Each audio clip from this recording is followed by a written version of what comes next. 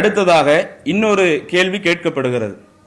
அல்லாஹ் அல்லாதோருக்கு அறுக்கப்பட்டவை ஹராம் என்பது இறைச்சியை மட்டும்தான் குறிக்குமா, அல்லது எது படைக்கப்படுகிறதோ அவை அனைத்துமே ஹராம் தானா?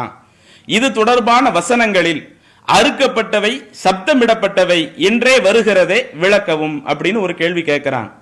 அதாவது இன்றைக்கு நாம் பயன்படுத்தக்கூடிய அந்த சாப்பாட்டுக்காக பயன்படுத்தக்கூடிய பொருட்கள்ல இரண்டு விதமான பொருட்கள் இருக்கிறது. ஒன்னு வெஜிடேரியன் இருக்குது, இன்னொன்னு நான்வெஜ் இருக்குது.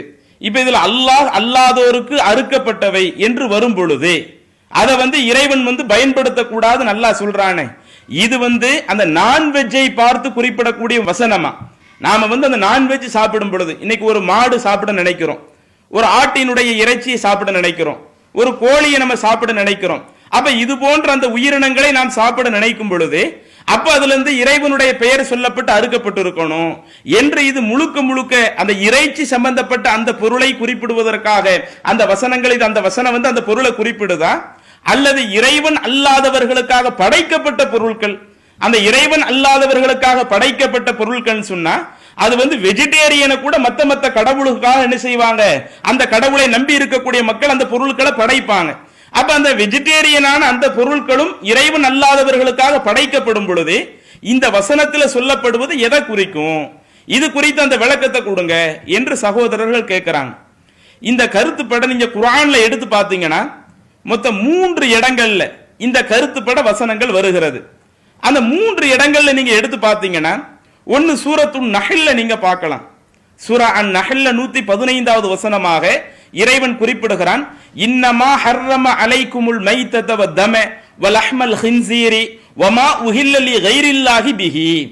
அல்லாஹ் தஆலா என்ன சொல்றான், உங்களுக்கு இறைவன் தடுத்திருப்பதெல்லாம், இறைவனாகிய நான் உங்களுக்கு தடுத்திருக்கிறதுல எதெல்லாம் தடுத்திருக்கிறேன், அல் மைத்தத, ஒன்று தானாக இறந்து விட்டதுன்னு வைங்க, இது நான்வெஜ்ஜை குறிப்பிடுவதற்காக உள்ளது. அப்ப அதுல ஒன்று தானாக இறந்து விட்ட ஒன்று உங்களுக்கு தடுக்கப்பட்டிருக்கிறது. வத்தம, இரத்தத்தையும் இறைவனாகிய அல்லாஹ் உங்களுக்கு தடுத்திருக்கிறான். வலஹ்மல் ஹின்ஸீர், பன்றியினுடைய இறைச்சியும் உங்களுக்காக தடுக்கப்பட்டிருக்கிறது அப்படின்னு சொல்லிட்டு அல்லாஹ் அடுத்து சொல்றான், வமா உஹில்ல லி கைரில்லாஹி பிஹி, இறைவன் அல்லாதவர்களுக்காக அறுத்து பலியிடப்பட்டவைகளும் உங்களுக்காக தடுக்கப்பட்டிருக்கிறது.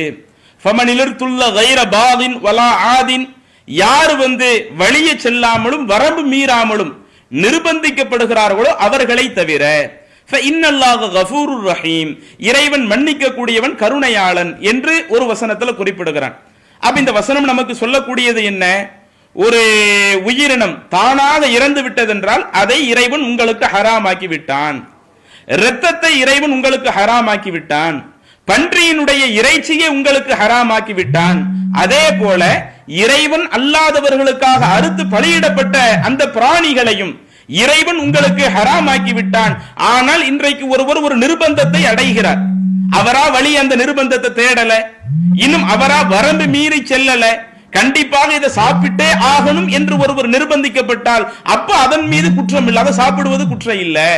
அப்ப ஒரு நிர்பந்தம் இல்லாத நேரங்களில் இது போன்ற ஒரு உயிரினங்களை சாப்பிடுவது, தடுக்கப்பட்ட ஒன்றை சாப்பிடுறது அது சரி கிடையாது என்ற கருத்துப்பட சூரத்துன் நஹ்லிலே இறைவன் 115வது வசனத்திலே குறிப்பிடுகிறான். அதே மாதிரி நீங்க பார்க்கலாம், சூரா அல் பக்ரா 2வது அத்தியாயத்தினுடைய 173வது வசனத்தில் அல்லாஹ் குறிப்பிடுகிறான், சேம் இதே வசனம் தான், இன்னமா ஹர்ரம அலைக்குமுல் மைத்தத வத்தம வலஹ்மல் ஹின்ஸீரி வமா உஹில்ல லி கைரில்லாஹி பிஹி ஃபமனில்துர்ர கைர பாகின் வலா ஆதின் ஃபலா இஸ்ம அலைஹி.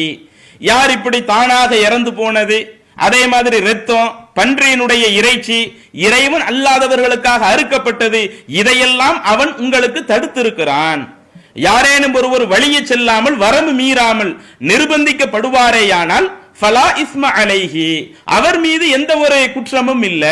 இன்னல்லாஹ கஃபூருர் ரஹீம், இறைவன் மன்னிக்க கூடியவன் கருணையாளன் என்று அல்லாஹ் குறிப்பிடுகிறான். அப்ப இதுலயும் இறைவன் அல்லாதவருக்காக அறுத்து பலியிடப்பட்டவைகள், இது நம்ம என்ன செய்யக்கூடாது, பயன்படுத்த கூடாது என்று அல்லாஹ் சொல்லி காட்டுகிறான். அதே மாதிரி நீங்க பார்க்கலாம், குர்ஆன்ல சூரா அல் மாயிதா 5வது அத்தியாயத்தினுடைய 3வது வசனத்தில் இறைவன் குறிப்பிடுகிறான், ஹுர்ரிமத் அலைக்குமுல் மைத்தது வதமு வலஹ்மல் ஹின்ஸீரி வமா உஹில்ல லி கைரில்லாஹி பிஹி, தானாக இறந்து போனது, அதே போல இரத்தம், பன்றியினுடைய இறைச்சி இறைவன் அல்லாதவர்களுக்காக அறுத்து பலியிடப்பட்டது, இதையெல்லாம் உங்கள் மீது தடுக்கப்பட்டிருக்கிறது. வல் முன் ஹனிகத்து, அதே மாதிரி கழுத்து நெறிபட்டு இறந்து போன அந்த உயிரினங்கள் உங்களுக்கு தடுக்கப்பட்டிருக்கிறது. வல் மௌகூதத்து, அடிபட்டு இறந்து போன உயிரினங்கள் உங்களுக்கு தடுக்கப்பட்டிருக்கிறது. வல் முத்தரத்தியத்து, அதே மாதிரி மேல இருந்து உருண்டு விழுந்து, இப்ப ஒரு மலை மேல இருந்து ஒரு பிராணி உருண்டு விழுந்து இறந்து போகுதுன்னு வைங்க, அந்த பிராணி உங்களுக்கு தடுக்கப்பட்டிருக்கிறது. ஒன் நதீஹத்து, அதே மாதிரி மற்ற பிராணிகளால் கொம்புகளால் முட்டப்பட்டு அதுல ஒரு பிராணி இறந்து போகுதுன்னு வைங்க, அது உங்களுக்கு தடுக்கப்பட்டிருக்கிறது. வமா அகல சபுஉ, வன உயிரினங்கள் சாப்பிட்ட அந்த பிராணி அது உங்களுக்கு தடுக்கப்பட்டிருக்கிறது. இல்லாமா ஜக்கைத்தும், இதுல ஏதோ ஒரு பிராணி இதுக்கு முன்னாடி சொல்லப்பட்ட அந்த ஒண்ணுல இப்ப ஒரு பொருள் என்ன செய்யப்படுது, அடிபட்டு இருக்குது.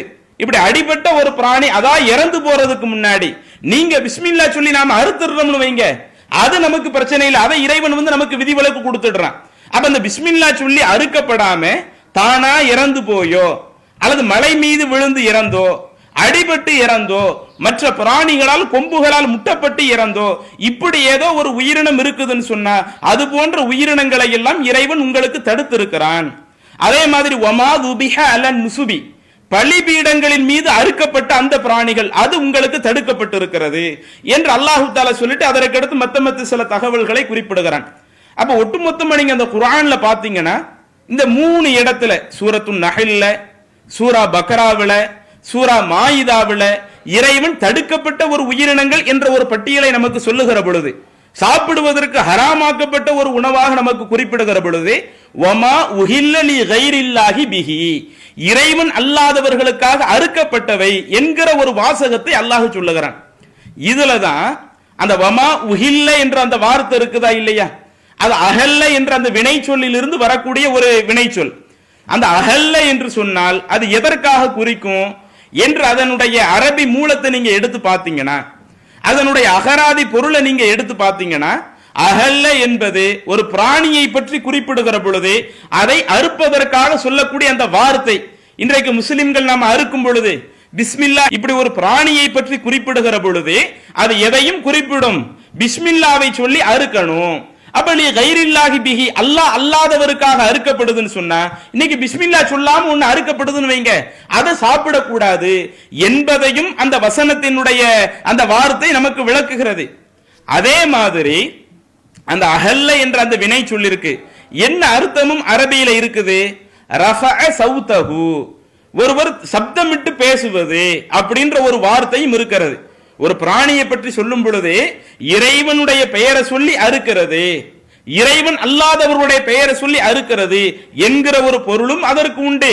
அதே அகல்ல என்ற வார்த்தைக்கு என்ன அர்த்தமும் இருக்கிறது, ரஃபஅ சௌதஹு, ஒருவர் தன்னுடைய சப்தத்தை உயர்த்தினார் என்பதற்கும் சப்தம் போடுவது என்பதற்கும் அந்த அகல்ல என்ற அந்த வினை சொல்லை பயன்படுத்துவார்கள். அப்ப இதுல அந்த குர்ஆன் வசனத்துல பாத்தீங்கன்னா 2 கருத்தையுமே உள்ளடக்கி அல்லாஹ் பேசுகிறான்.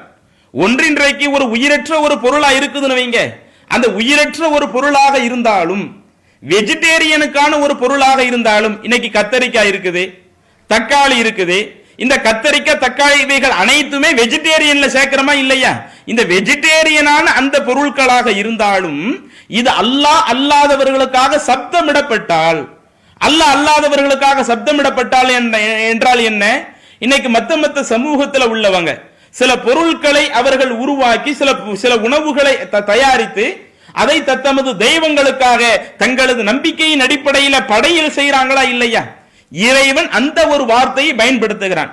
இன்றைக்கு மற்ற சமூகத்தில் உள்ளவங்க படையல் செய்கிறார்கள் என்று சொன்னால் அது அவருடைய தனிப்பட்ட நம்பிக்கை, நாம அதுல உள்ள போக விரும்பல.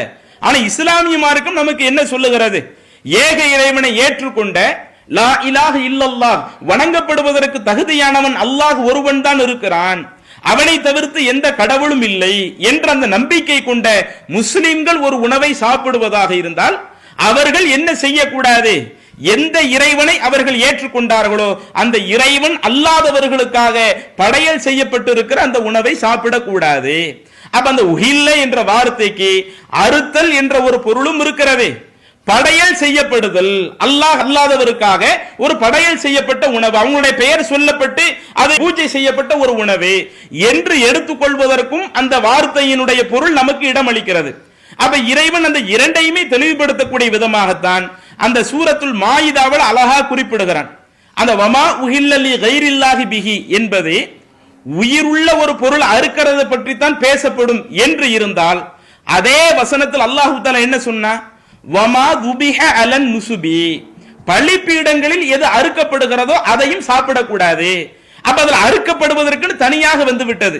இன்றைக்கு மத்த சமுதாயத்தில் உள்ளவர்கள் தத்தமது கடவுளுக்காக பலியிடுவதற்காக சில இடங்களை வச்சிருப்பாங்களே, சில இடங்கள்ல சில குறிப்பிட்ட முறைப்படி பலியிடுவாங்களே, அது போன்ற அந்த பலியிடப்படக்கூடிய அந்த இடங்களில் அறுக்கப்பட்டதையும் நாம உண்ணக்கூடாது என்று இறைவன் சொல்லி இருப்பதிலிருந்து அந்த ஒமா உஹில்லலி கைரில்லா என்பது அது உயிரற்ற ஒரு பொருளை கடவுளுக்காக ஒருவர் படைத்து நமக்கு தருகிறார் என்று சொன்னால் அதை நாம் பயன்படுத்த கூடாது.